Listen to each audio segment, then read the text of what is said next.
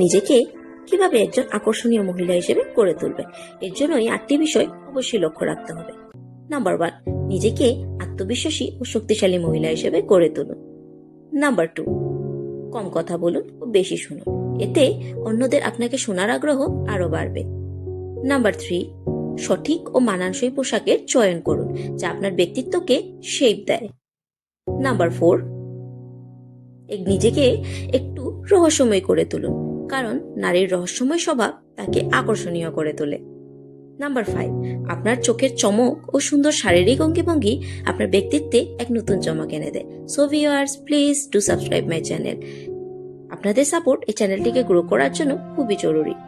Number 6, কথা বলার সময় গলার স্বর মধ্যম রাখুন ও ধীরে ধীরে কথা বলুন।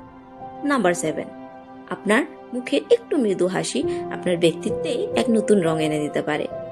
নাম্বার 8, আপনার সারল্যতা, নম্রভদ্র ব্যবহার এবং আপনার মৌলিকত্ব আপনাকে আরো বেশি আকর্ষণীয় করে তুলবে।